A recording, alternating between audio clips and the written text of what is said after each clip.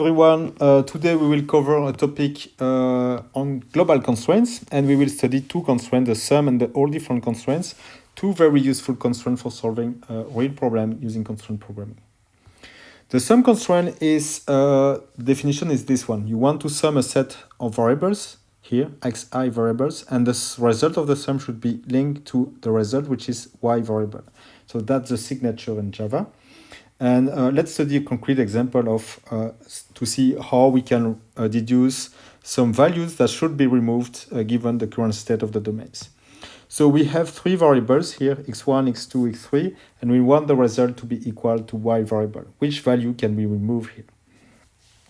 So let's study one variable at a time and one value at a time. So let's consider this one. Okay, that's one, x1. x1 with the value 1. Can we expand this assignment to a solution in which the results will be equal to 6?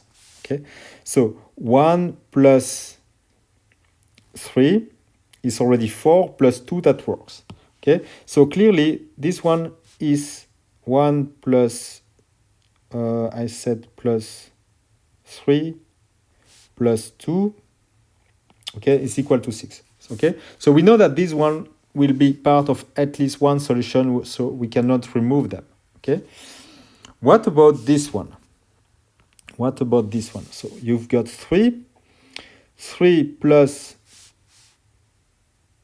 3, you don't have the value 0. Okay, so that doesn't work. 3 plus 2 in x2 is already 5, you don't have the value 1, so that doesn't work. 3 plus 0 is 3, but you don't have the value 3. In that one, so this one we cannot expand it. Okay, what about this one? Is it possible to expand that one into a solution? So x1 is equal to 0. So you've got 0 and then you take plus 1, you don't have a choice here, so 1 plus 0, so you need the value 5, and that works. 1 plus 0 plus 5 is equal to 6, and so that will be part of the solution as well. So we keep it. What about this one? Okay, the one with for x2 is equal to 2. So that would mean 2 plus 1. 2 plus 1 is 3. You don't have 3 in x3, so you can remove that one. It's quite clear that it will not be part of the solution.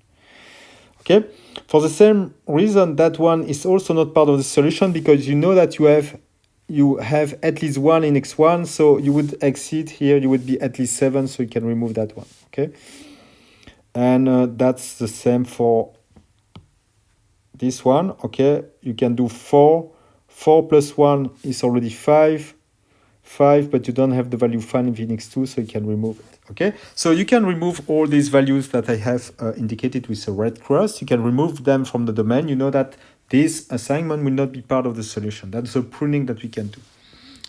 And the goal now is to decide if this is a difficult problem to solve or not, the problem of removing all infeasible values for the sum constraint. The bad news is that this problem is very hard, it's NP hard, and we can prove that by a reduction from the subset sum problem. So if you remember the subset sum is given a set of integers. Here you have R integers. You want to find a subset of these integers. They can be positive or negative numbers. Of course, you want to select a subset of them such that the sum is equal to 0.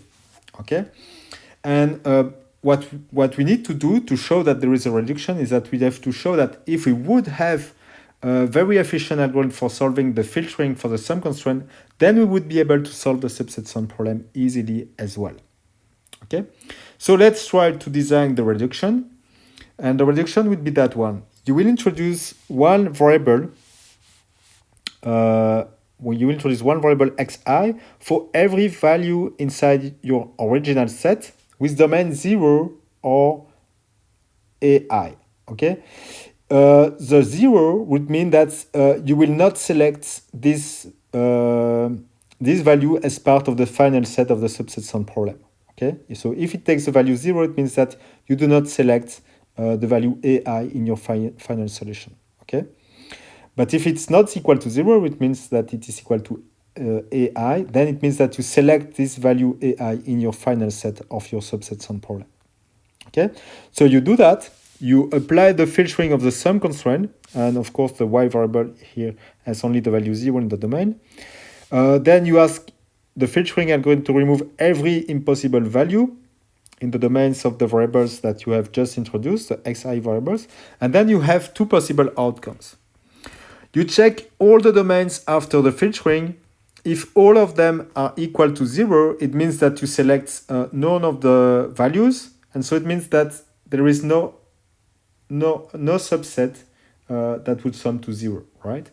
If you find that there is at least one variable xi with a domain that is not equal to 0, then yes, it means that there is at least one non-empty subset that sums to 0, right?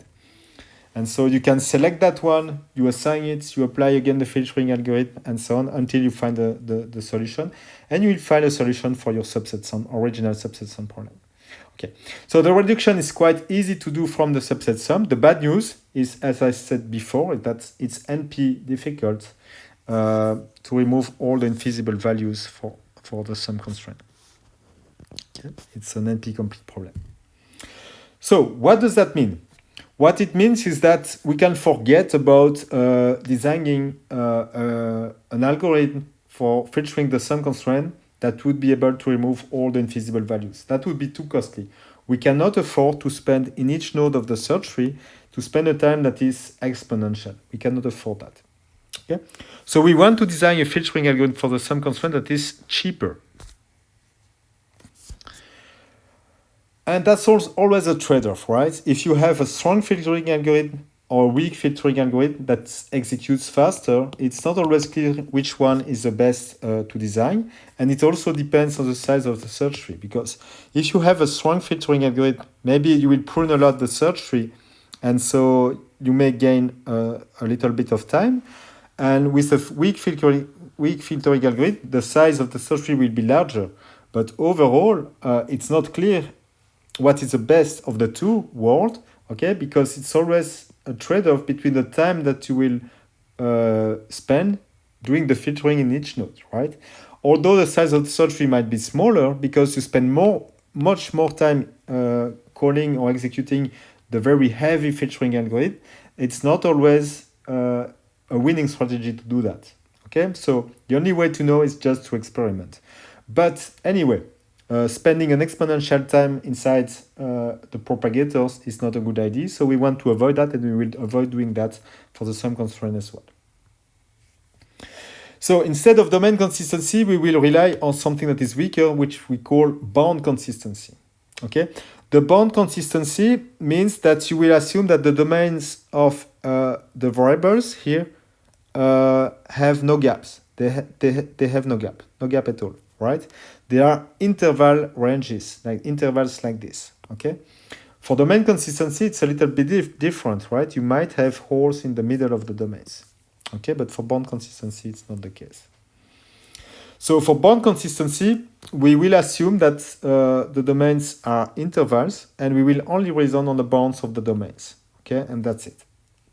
That's the formal definition of bound consistency.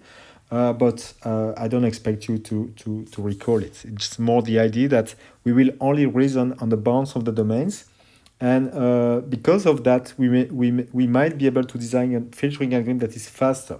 Okay, but of course, it's possible that here this value was missing, and we will assume that it is part of the domain, although it's not the case.